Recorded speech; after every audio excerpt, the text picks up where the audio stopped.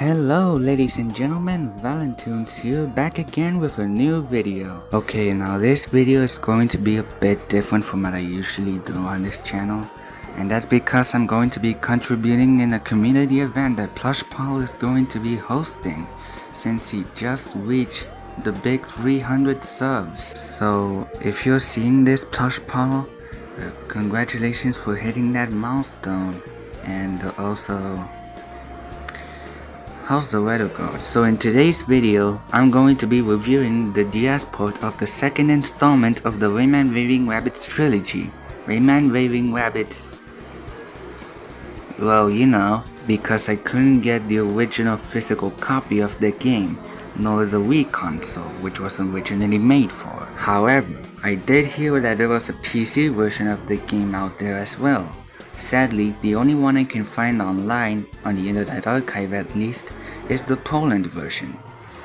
And you know I don't trust foreign versions, so instead of wasting my time searching for the PC port of that game to install for free, I'm going to go to my joystick emulator on my phone and play some Rayman Raving Rabbids 2 for the DS. Although I do wanna make something clear before we actually start. I know what you guys may be thinking. Oh well, if it's a DS port of an already existing Wii game, Rayman Raving Rabbids 2, then that must mean that it's a completely different version than the Wii one.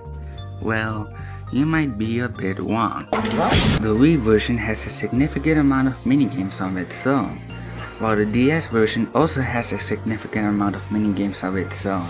This port in particular also has almost all of the minigames that the Wii and PC versions have. So it isn't that far-fetched to say that the DS port of this game is nowhere near as different as the Wii and PC versions are.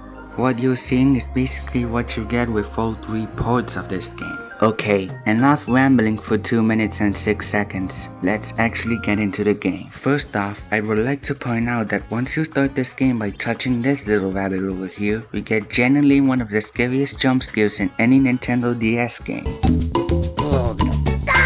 The rabbits walked so Five Nights at Freddy's could run. Alright, so right off the bat, you got a variety of options to choose. You can start with Adventure Mode, customize your own bunny, see the high score, play multiplayer, and see configurations, obviously. Okay, just let me configure. Oh, Jesus Christ! Like crap, what are the odds that this thing jump scares you twice? And like the Wii and PC versions, you can also customize your own bunny to play in several minigames. Now I know this may sound crazy when I talk about and compare about these two properties, since there's a huge gap of releases between these two.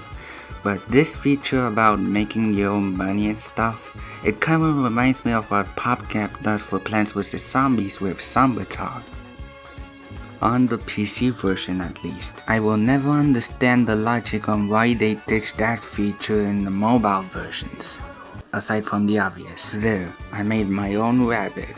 I'll name him Leban E. As stated before, while this version also has several minigames that the original ports have, this also has exclusive minigames that requires the stylus or the microphone, allowing for a unique and diverse experience while still retaining some aspects for some players of this game that doesn't have a Wii or the original Wii release of Rayman Raving Rabbids 2, although results may vary.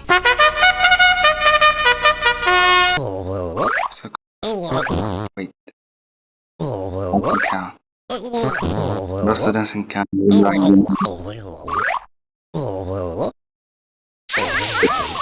Triangle. I didn't even try with that one. You don't count that one, but that one you. Even a triangle.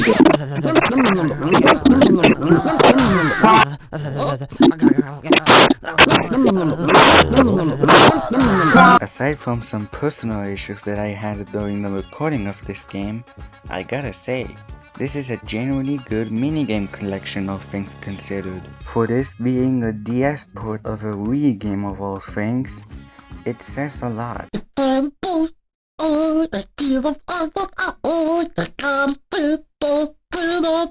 like the other two ports of this game, The DS one also has the musical intermissions that is used at the end of every country that we visit to. Although I was playing the game without any music audio, and probably that's for the best since YouTube will copyright strike my ass.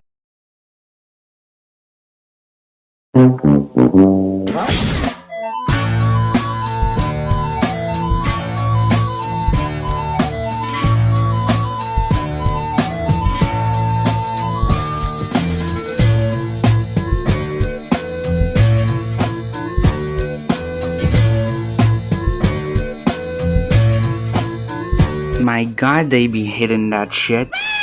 Oh wait, I forgot one more detail that this game also has. While you progress through the game, in the bunny section, you might also unlock some interactive features to play with your own rabbit. And what is one of them, you might ask? Literal animal abuse. And the other one seems harmless like the music maker one.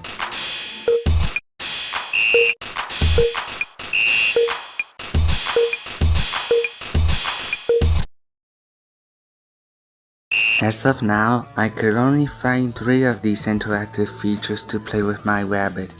So if there's any way of unlocking that other one, let me know. For now, I'm going to be voicing over this rabbit for hours on end.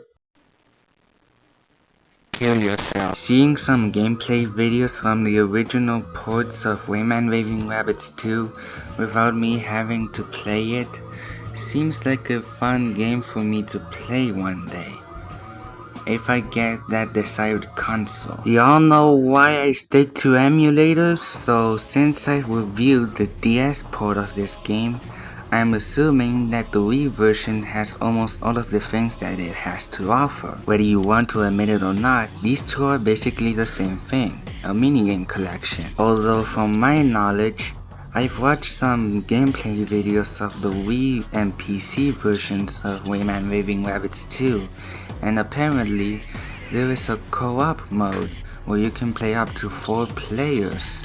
That's pretty cool. Even though the DS also has a multiplayer mode. Too bad it doesn't work anymore. Remember, I'm being entirely judgmental by the DS version, since I'm playing that first instead of the Wii port. I can kinda see why someone would call this one of the best games of the Rayman Raving Rabbids trilogy, based on a diverse lineup of minigames to the fun experiences that I have. Outside of recording this, of course, I was having a blast while playing this. So I would recommend this title to someone that doesn't have a Wii, but instead a DS, to finally have a chance at playing Rayman Raving Rabbids 2. Oh my god, I did the entirety of this review without needing a script. Take that, bitch. I wanna take a pic with Cardi B inside my cardigan.